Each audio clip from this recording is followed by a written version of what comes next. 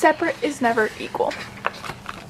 Sylvia had her black shoes. They were shiny new. Her hair was perfectly parted in 2 long trenzas, braids.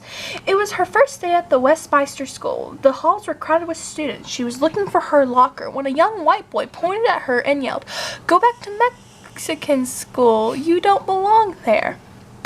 For the rest of the day, Sylvia did not speak or introduce herself to class. She kept her head down and when walking in the halls. When she got home that afternoon, she told her mom, Felicitas, what had happened. "I don't want to go to that school anymore. The kids are mean." "Sylvia," said her mother, "no sabemos que por es lanchamos. Don't you know that's why we fought?" 3 years earlier, in the summer of 1944, Sylvia and her brothers, Jerome and Gonzalo Jr., and their parents had moved from the crowded city of Santa Ana, California, to a farm in a nearby Westminster. Her father, Gonzalo Mendez, had labored for years as a field worker, picking grapes and oranges. Now he was leasing a farm. He was going to be a boss. On their new farm, they were going to grow asparagus, chilies, and tomatoes. As the summer came to an end and the first day of school neared, Aunt Soledad drove Sylvia and her brothers and their cousins, Alice and Virginia, to the local public school on the 17th Street so they could all enroll. Sylvia was going to enter 3rd grade. Gonzales was going to enter 2nd and Jerome 1st. What a handsome building, thought Sylvia as they pulled up into a parking lot. Tall trees lined the streets in front of the school. There was a playground with monkey bars and a red swing. When they walked into the school, they noticed that the halls were spacious and clean. "I'm here to enroll the children in school," said Aunt Soledad when they arrived at the principal's office. The secretary gave Aunt Soledad 2 enrollment forms, one for Alice and one for Virginia, but she did not give them the enrollment forms for Sylvia and her brothers. "They cannot attend this school," said the secretary. "They must go to the Mexican school."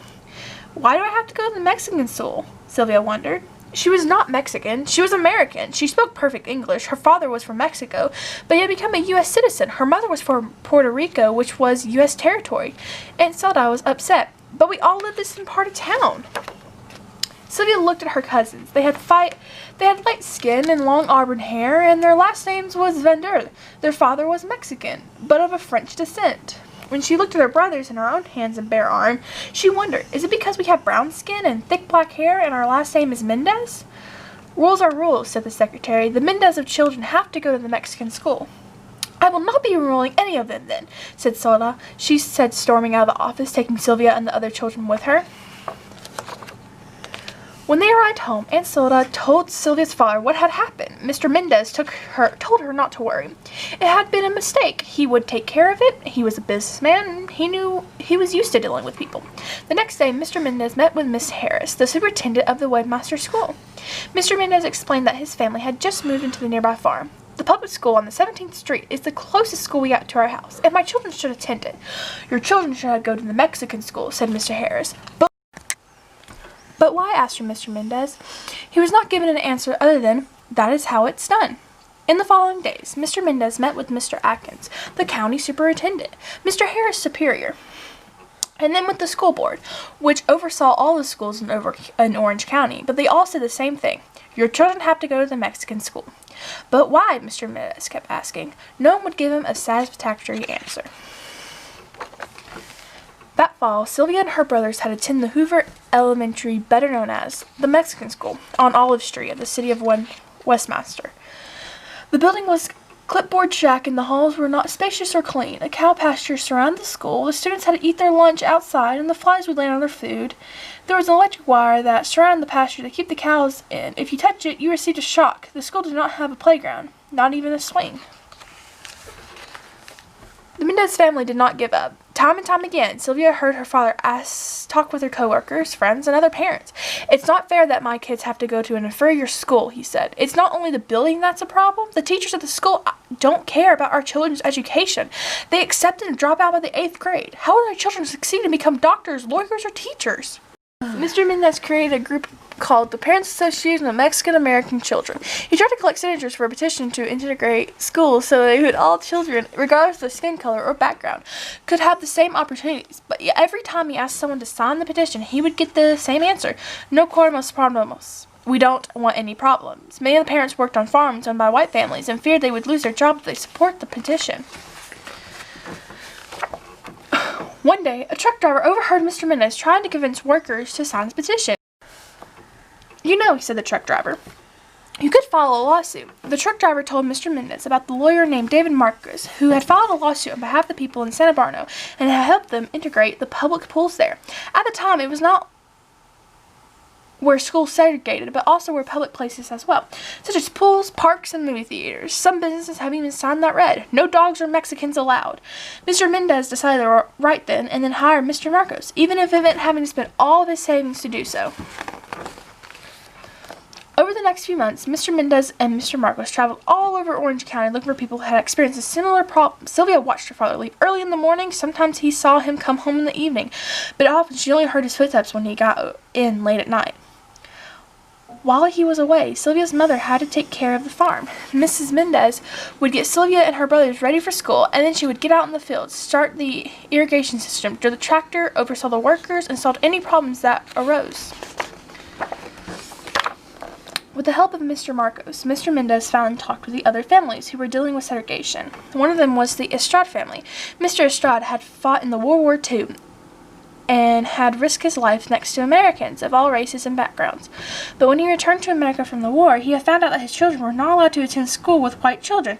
"Es una injusticia," said Mr. Mendez. "It's an injustice."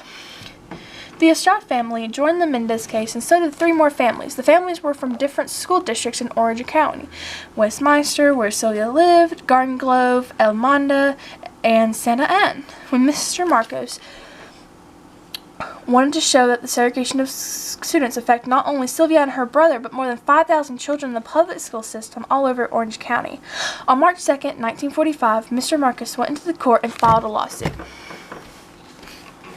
The trial was held at a courthouse in Los Angeles. Sylvia and her family dressed in their best clothes and sat in the courtroom to listen. The hearing lasted 5 days. Each day, Mr. Marcos called to the stand parents to the different districts in Orange County, and the superintendents from each district too. On the first day, Mr. Kent, superintendent of the Golden Grove district, was questioned and said that his children went to the Mexican school to help them improve their English.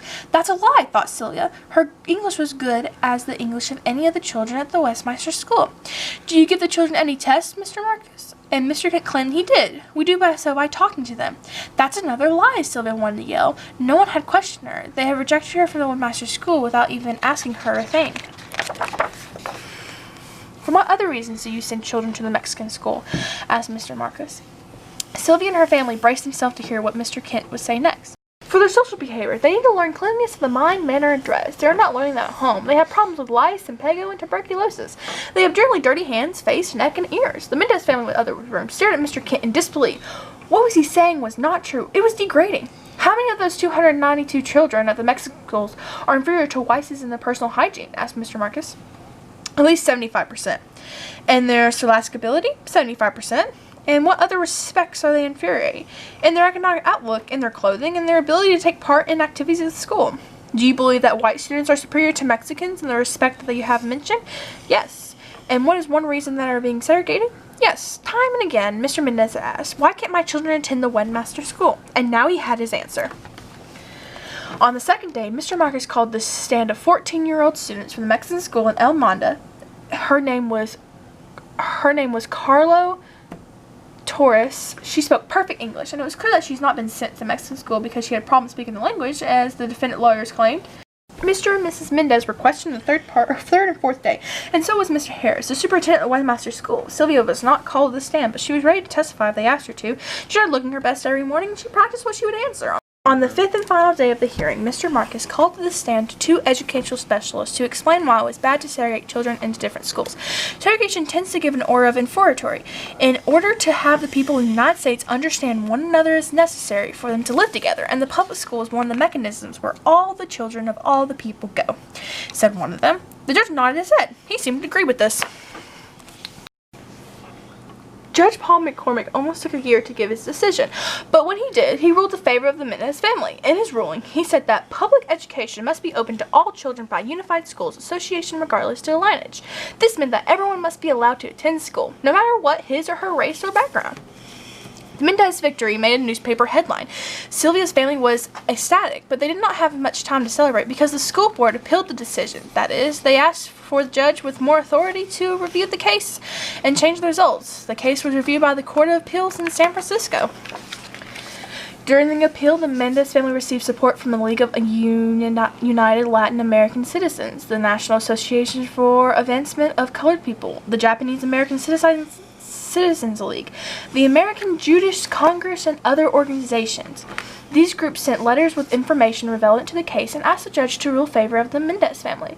Sylvia was amazed that people of different backgrounds and from the different parts of the country who have never met her family was getting involved in the cases and trying to help them. But her mother said, "Cuando la cosa es justa, las demás te siguen." When you fight for justice, others will follow. On April 15th, 1947, the judge of the Court of Appeals in San Francisco ruled in favor of the Mendez family again. That June, the Governor L. Warren signed the law and said that all children in California were allowed to go to school together, regardless of race, ethnicity, or language.